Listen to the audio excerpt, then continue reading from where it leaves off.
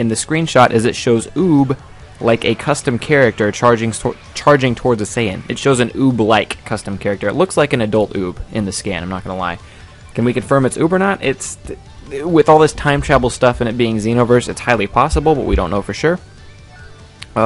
Also, in the bottom right, it seems to show some player creating a character that looks like Oob, but he's different. It's character customization is going to be awesome in this game.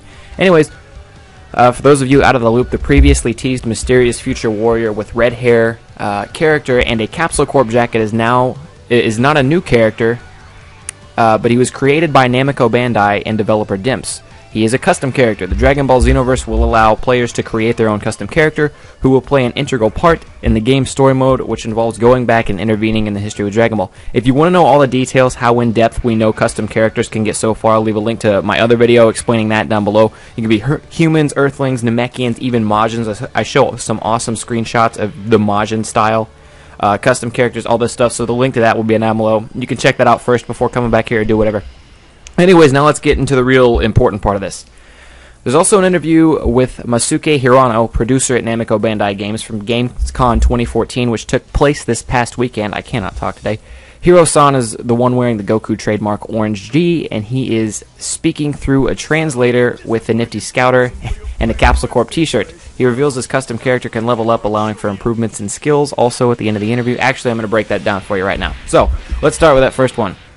He reveals that custom characters can level up, allowing for improvements in skills. Now, after watching the interview, what he says specifically is I think they might break it off into 3 categories. They may go even deeper into detail. The deeper you get in a skill tree in a Dragon Ball Z game, I can just see that being phenomenal. That's going to be so amazing.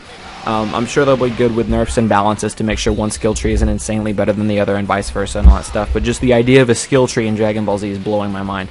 But you can level up. He mentioned you can be a better fighter. You can be better at melee if you want to, or you can be better at throwing ki blasts if you want to. I'm assuming super attacks or even maybe ultimate attacks might be their own category of skill tree.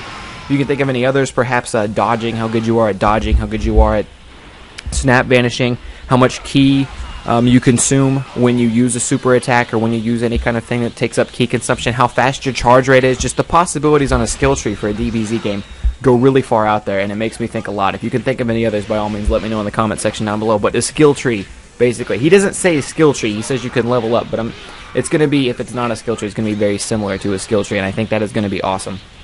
Moving on from that, he talks about the online hub world. Now, this was briefly mentioned before, but they didn't really go into detail. But he says now there is an online hub world. You can walk around. I guess you can kind of chat with players. I mean, online hub world stuff, the typical thing, are probably going to be shops or something like that. But you can also talk to these players, and if you look at a player and he looks strong, and you look like you're like, I'm really good at this game, I want to fight that guy, he looks strong, you can walk up to him and be like, what up, bitch, let's fight. I'm summarizing. I'm sure they probably wouldn't use that exact text, but you can challenge him. You can challenge him to a battle right then and there. If he chooses to accept, you guys are fighting all of a sudden, and that's badass to me. Yeah. Aside from being able to challenge someone, maybe you're stuck on a mission and you see a guy who might be a few levels higher than you. By the way, that's what the skill tree thing is. Your character levels up as he progresses throughout the story, and every time you get a level up, obviously another skill tree point. So your character can level up. So maybe you're in the online hub world, you see a character a level or 2 higher than you. So he's probably beaten this mission that you're stuck on, or he can help you with it. You can invite him in like, hey man, I really need help with this mission. Do you want to help me out?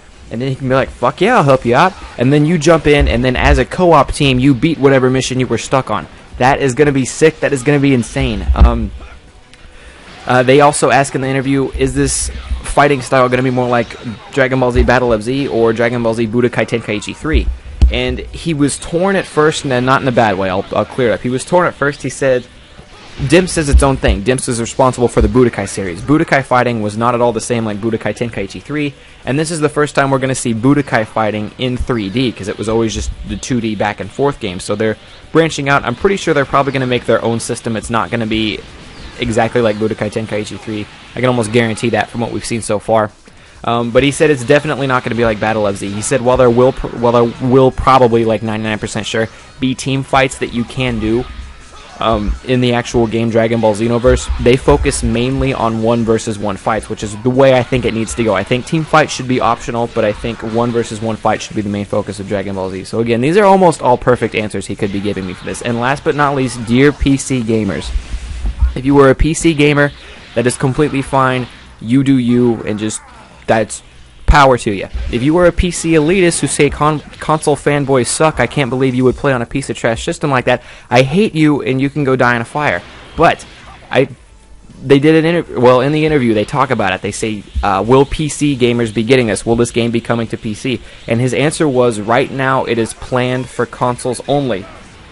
However, if the demand for PC increases, because right now apparently he's just not seeing any kind of real demand for this game to come out on PC.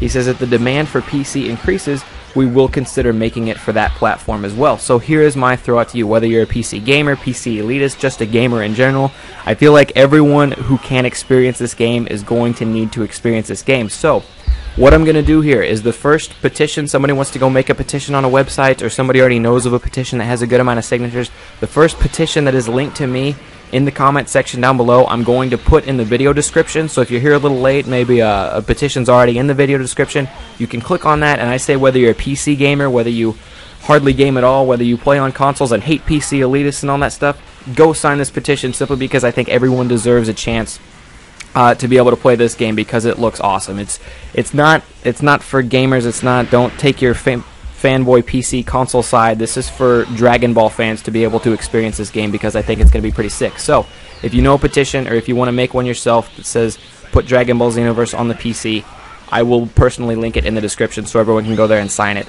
if they feel like it. So yeah, that's going to go and wrap it up for me. That was most of the news we got today. Aside from that, he does mention briefly this is going to focus mainly on Dragon Ball Z, so don't expect Dragon Ball or Dragon Ball GT characters in it. This is mainly Z. However, they do want to make a lot of characters, so we might get a bonus character or two. We don't know yet, but we know as of right now it's for sure focusing on the storyline of Dragon Ball Z. But yeah, that's going to wrap it up for me today. I want to thank everyone for coming out. Hope you guys enjoyed the video. Subscribe if you're new around here. I cover Dragon Ball Z, Xenoverse news, and the new Dragon Ball Z movie announced for spring 2015. I cover that news as it comes out, so I want to thank all you guys for watching this video today. I hope you enjoyed. Leave a like if you enjoyed the video. I'm Thundershot, and I'm out. Peace, guys. Might get a bonus character or two. We don't know yet, but we know as of right now it's for sure focusing on the storyline of Dragon Ball Z. But yeah, that's going to wrap it up for me today. I want to thank everyone for coming out. Hope you guys enjoyed the video. Subscribe if you're new around here. I cover Dragon Ball Z, Xenoverse news, and the new Dragon Ball Z movie announced for spring 2015. I cover that news as it comes out, so I want to thank all you guys for watching this video today. I hope you enjoyed. Leave a like if you enjoyed the video. I'm Thundershot, and I'm out. Peace, guys.